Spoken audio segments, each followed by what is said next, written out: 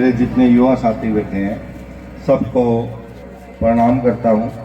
आपका लाडला बेटा सतपाल शर्मा सरपंच प्रतिनिधि डाटा। और आज मुझे बड़ी खुशी हुई कि मुझे मेरा बड़ा गांव में आने का सौभाग्य मिला।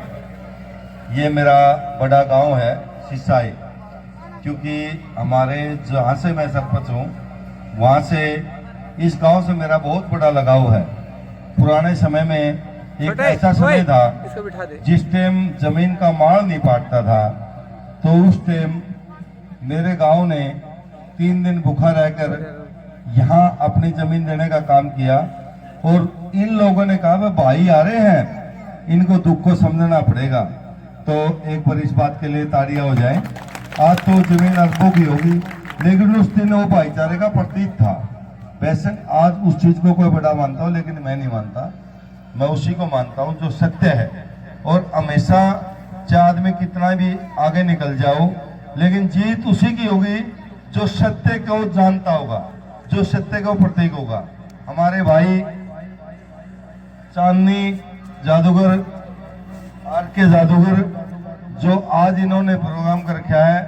सरपंच साहब ने, मैं अनिल शर्मा भाई की शादी थी, भाई के लड़के की, वहाँ आया हुआ था। लोगों ने मिलने का सौभाग्य मिला। मैं आप सभी को नमन करता हूँ इस बात पे। और आज मैं भाई साहब ने जो प्रोग्राम कर रखा है, ये बड़ा अच्छा प्रोग्राम है। बेटियों के कन्या दान का प्रोग्राम। बेटी आने वाले कल का भविष्य है। आप कभी भी ध्यान कर लेना, आपके 3 बेटे होंगे, तीनों बेटे टर्ड में बोलेंगे ये 3 रुपये हो गए। तो किसने कामयाब करे? माँ बाप ने करे। लेकिन बेटी चाहे 200 करोड़ की मालिक हो, जो उसने एक बार उसकी माँ को कहते नहीं बेटी तेरे बापू की तबीयत खराब है, माँ मैं 3 वाली बस में लूंगी, 3 वाली में लेगी। और उसके पापा के लिए चाहे उसका वहां से मतलब चाहे सारा सिस्टम खराब हो जाओ, अपने माँ बाप के लिए जो बेटी योगदान देती है उसके लिए बेटा कभी नहीं दे सकता। चाहे आप लोग कोई बुरा मान जो मेरी इस बात पे। और मैं आज बड़ा सौभाग्य का दिन है।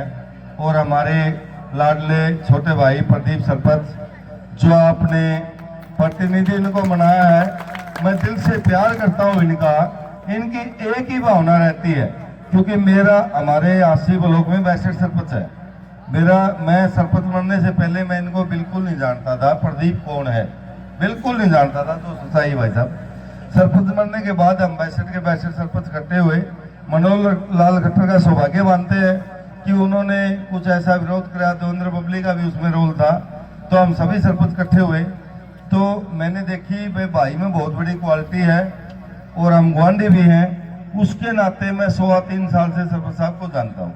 मैं कई बार इनसे बातें करता हूँ, सरपंच साहब आपने खेल करा दिए, तंदा भी नहीं आया। नोबेला जी तंदन छोड़ो, मेरा मकसद एक ही है, मेरे गांव के युवा लड़की और लड़के शिक्षा में आगे बढ़े, खेल में आगे बढ़े। मेरे घर में चाहे कुछ रहे ना रहे, मेरा घर मेरा गांव सिसाई काली रामन है। अगर उसके बच्चे आगे बढ़ेंगे, उसके खेल में आगे बढ़ेंगे, बेटियां आगे बढ़ेंगी, बेटे आगे बढ़ेंगे, तो वही मेरा असली घर है। क्योंकि उस ही घर से मैं सरपंच बना हूं, मेरे घर से नहीं। और सरपंच साहब ने, मैंने पूछा सरपंच साहब आप धार्मिक प्रोग्राम में बहुत ज्यादा टाइम देते हो।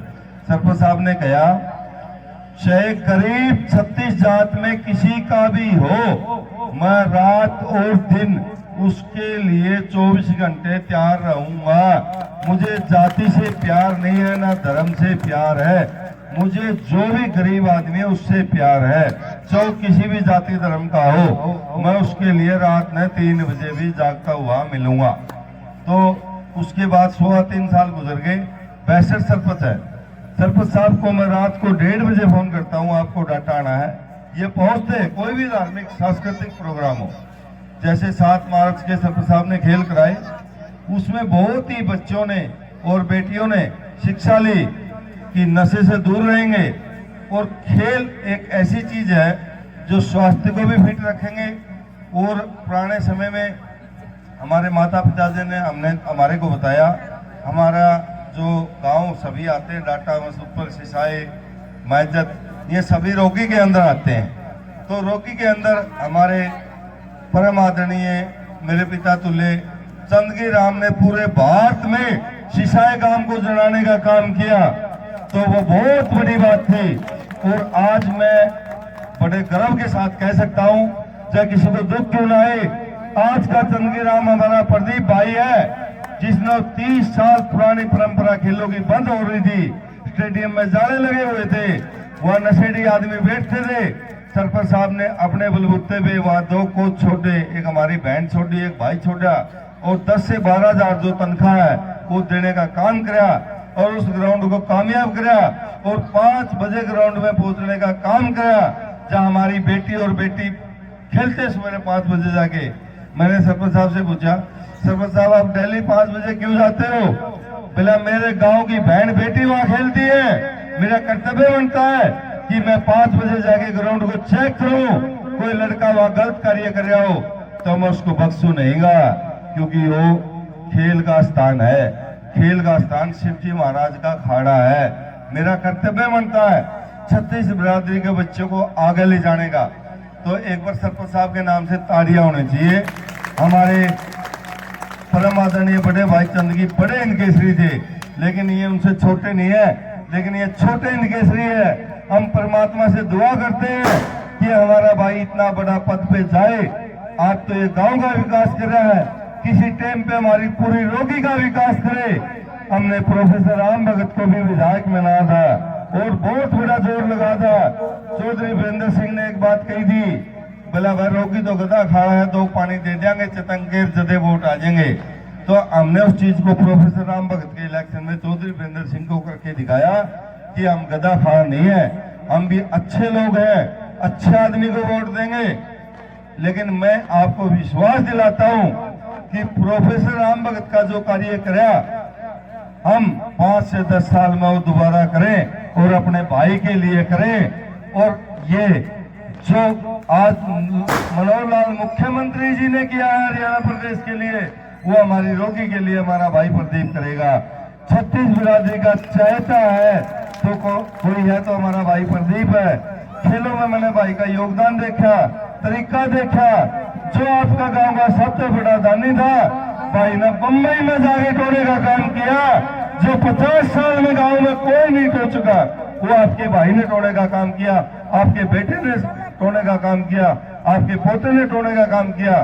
तो मैं सरपंच साहब का दिल की गहराइयों से धन्यवाद करता हूं और मेरे ताऊ चाचे बड़े बुजुर्ग जितने बैठे हैं उन सबका धन्यवाद करता हूं और हमारे भाई जादूगर का धन्यवाद करता हूं कि इन्होंने हमारे बड़े गांव सिसाई में, हरियाणा प्रदेश का सबसे बड़ा गांव है जादूगर साहब हमारा सिसाई, आपने यहाँ के एक सांस्कृतिक प्रोग्राम को दिया, बढ़ावा दिया।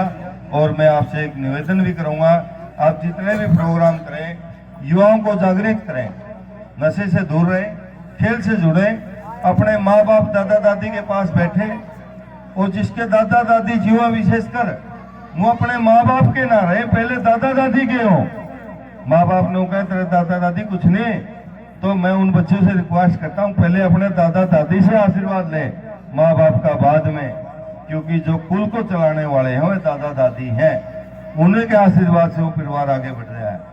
और माता बहनों से मेरा रिक्वेस्ट है कि कई माता बहनों को एक दिक्कत होती है, +2 करगी बेटी आगे कौन पढ़ानी, ब्याजो नहीं। बेटी बहुत मजबूत बात की ताकत है, जिन्होंने 20 साल में ये कर दिखाया। आज आप रिकॉर्ड देखिए, सोशल मीडिया यूट्यूब का जमाना है, बेटियों ने देश को इतना आगे बढ़ाया कोई सोच नहीं सकता। बेटियों से हमेशा प्यार करिए, बेटी सबकी बराबर होती है, 36 जात में किसी की भी हो, कोई भी बेटी गांव में मान सम्मान का पद लेके आए तो मेरी माता ताई चाची दादियों से मेरा रिक्वेस्ट है उस व्यक्ति के मान सम्मान में बढ़ चढ़कर भाग ले और अपनी बेटी को ऐसी ताकत दे कि रहने वाली बेटियां भी आगे बढ़े। जैसे हमारे डाटा से मेरे बड़े भाई कृष्ण कालीरामन की बेटी लोत्सव